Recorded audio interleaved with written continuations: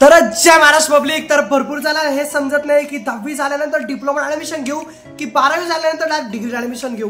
म्हणजे इंजिनिअरिंग करायची असती पण समजत नाही कधी कधी की 10वी झाल्यानंतर करायची की 12वी झाल्यानंतर करायची। तर याच टॉपिकवर आज डिस्कशन करणार आहे आपण। तर हा व्हिडिओ शेवटपर्यंत बघा म्हणजे तुम्हाला समजेल की 12वी करायची की 10वी झाल्यानंतर डायरेक्ट ऍडमिशन घ्यायचं। तर चला मित्रांनो, काही टाइमपास न करता व्हिडिओला करूया सुरू। तर आता येते मेन गोष्ट, ती म्हणजे 10वी झाल्यानंतर तुम्ही डिप्लोमा ऍडमिशन घेता, बरोबर आहे की नाही। तर डिप्लोमा आपला असतो 3 वर्षाचा 10वी झाल्यानंतर। फर्स्ट इयरला घेता, सेकंड इयर, थर्ड इयर, त्यानंतर आपला डिप्लोमा होऊन जातो 3 वर्षाचा। आणि त्यानंतर तुम्हाला डिग्री तर करावंच लागते, ती म्हणजे परत 3 वर्षाची। कारण तुम्हाला डिप्लोमा झाल्यानंतर सेकंड इयरला ऍडमिशन भेटतं direct. Second year, third year आणि लास्ट इयर। तर आपले एकूण किती वर्ष? 6 वर्ष होते 10वी नंतर। आणि 12वी नंतर सुद्धा तुम्ही जर डायरेक्ट ऍडमिशन घेतलं तरी 6 वर्ष होता। कसं काय? 12वी नंतर 4 वर्षाची डिग्री असते आणि तुमची 11वी 12वीला 2 वर्ष म्हणजे 6 वर्ष। म्हणजे एकदम सेम रूल आहे। 10वी नंतर घेतलं तरी तेच आणि 12वी नंतर घेतलं तरी तेच। बट 12वी केल्याचे फायदे काय काय तुम्हाला सांगतो मी आता। 12वी केल्यानंतर तुम्हाला भरपूर सारे ऑप्शन चालू होतात। जसे की तुम्ही MSc कडे सुद्धा जाऊ शकता, फार्मसी सुद्धा घेऊ शकता। आणि 12वी झाल्यानंतर कॉम्पिटेटिव्ह एक्झाम सुद्धा तुम्ही इझिली देऊ शकता। ज्या गव्हर्नमेंटची एक्झाम आहे त्याला 12वी लागते। 10वी झाल्यानंतर आपल्याला भरपूर साऱ्या साईड क्लोजअप होऊन जातात। तर हेच मुलांना लक्षात येत नाही की 10वी झाल्यानंतर डायरेक्ट डिप्लोमा ऍडमिशन घेता आणि त्यानंतर डिग्री करता।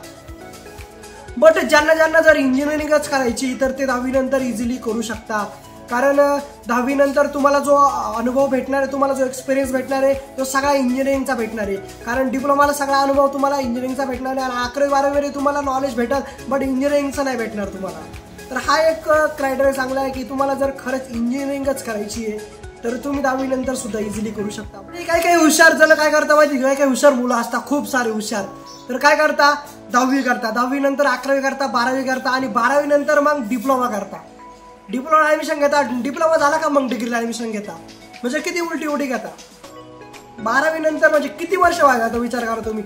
हे 2 वर्ष 11वी 12वीचे, परत हे 2 वर्ष झाले का, परत त्याला सेकंड इयरला भेटतं सेकंड आणि थर्ड इयर, ते 2 वर्ष म्हणजे हे 4 वर्ष। आणि परत इंजिनिअरिंगला सेकंड इयरला भेटतं सेकंड थर्ड आणि ते 3 वर्ष। 4 5 6 7 म्हणजे 7 वर्ष आपले जवळपास जात आहे। तर किती वेस्टेज ऑफ टाइम होतोय विचार करा।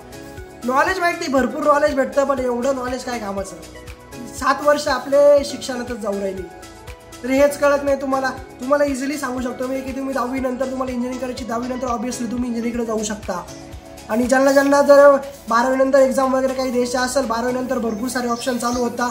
तर मी सुद्धा एक 12वी नंतरच डिग्री घेतलेली आहे। तर 12वी नंतर सुद्धा तुम्ही इझिली फर्स्ट इयर करू शकता। फर्स्ट इयर झालं, सेकंड इयर झालं, थर्ड इयर झालं आणि लास्ट इयर। तर हे सुद्धा एकदम सोपं पडेल। तुम्हाला 2च ऑप्शन सांगू शकतो, 10वी नंतर घ्या नाही तर 12वी नंतर घ्या।